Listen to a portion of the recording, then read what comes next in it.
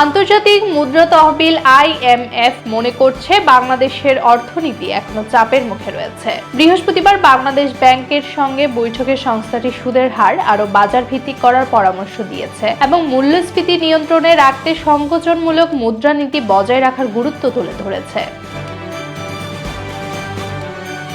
IMF এর প্রতিবেদনে বলা হয়েছে, সরকারের শর্ত অনুযায়ী সরকারি ব্যাংকের খেলাপি ঋণ 10% নিচে নামানো দরকার, কিন্তু বর্তমানে এটি 40% ছাড়িয়েছে। বেসরকারি ব্যাংকগুলোর খেলাপির হারও শর্ত অনুযায়ী নিয়ন্ত্রণের বাইরে গেছে। এছাড়া রিজার্ভ থেকে রপ্তানি উন্নত তহবিল EDF গঠন, দুর্বল ব্যাংকগুলোর জামানতবিহীন তারল্য সহায়তা এবং অন্যান্য পার্ক অর্থায়ন সুবিধা নিয়েও IMF উদ্বেগ প্রকাশ করছে।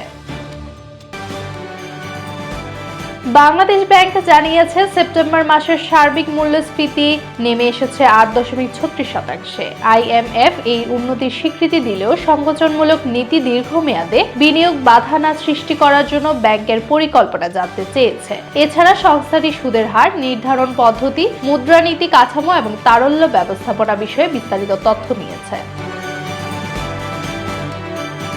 সংস্থাটি দেশের বৈশ্বিক মুদ্রার রিজার্ভের পরিস্থিতি নিয়ে সন্তুষ্ট, যা বর্তমানে $20.5 বিলিয়ন।